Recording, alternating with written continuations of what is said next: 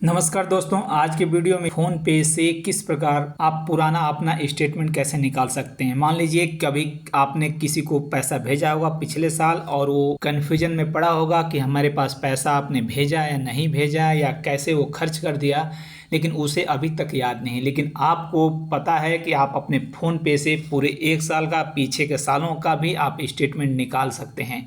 इसके लिए आप क्या करना है, सिंपल स्टेप फॉलो करें। आइए शुरू करते हैं। इससे पहले अगर आप चैनल पर नए हैं तो आप चैनल को सब्सक्राइब कर दें, लाइक कर दें और अच्छा लगे तो दोस्तों को भी शेयर कर दें। यहाँ पे जैसे आप फ़ोन पे ओपन करें, फ़ोन पे खुल जाता है। तो यहाँ फ़ोन पे का अगर स्टेटमेंट चाहिए तो आप यहाँ पे हिस्ट्री में चेक कर सकते हैं, हिस्ट्री में कब कितना किसको पेमेंट किया। तो इस प्रकार से हिस्ट्री में आपको दिखाई दे देगा।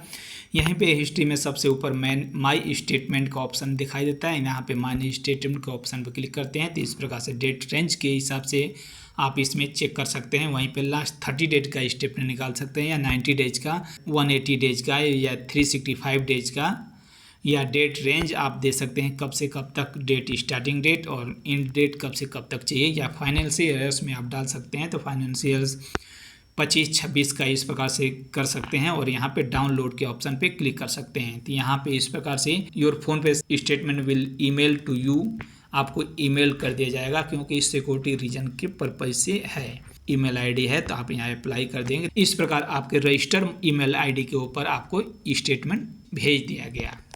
और यहाँ पे this may take up to 24 hours, please make sure the check your spam folder.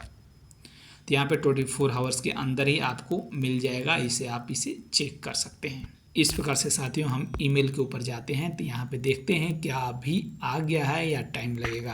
तो यहाँ पे देखिए इस प्रकार से स्टेटमेंट आ चुका है लगभग 5 मिनट के बाद।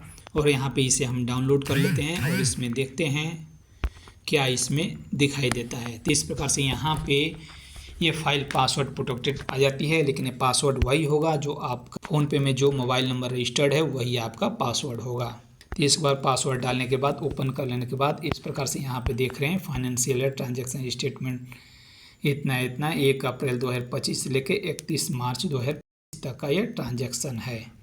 तो इस प्रकार से जितने भी ट्रांजैक्शन आप कर रखे हैं तो कितने पेजों में ये होगा आप इसे देख सकते हैं, इसे पढ़ सकते हैं और इसे किसी भी ज़रूरत के लिए आप यह दे सकते हैं, निकाल सकते हैं। तो इस प्रकार से आप अपने पूरे साल का स्टेटमेंट यहाँ पर निकाल कर कोई भी जो भी यूज करना हो उसे देख सकते हैं। जहाँ पे स्टेटमेंट देना हो, चाहे उसमें मिसिंग रिपोर्ट दिखानी हो, चाहे जैसे कोई फ़ोन पे अकाउंट स्टेटमेंट कहीं कोई रिलेटेड इशू है तो वहाँ पे आप दे सकते हैं। ओके साथियों, धन्यवाद, जय हिंद, आपका दिन मंगलमय हो।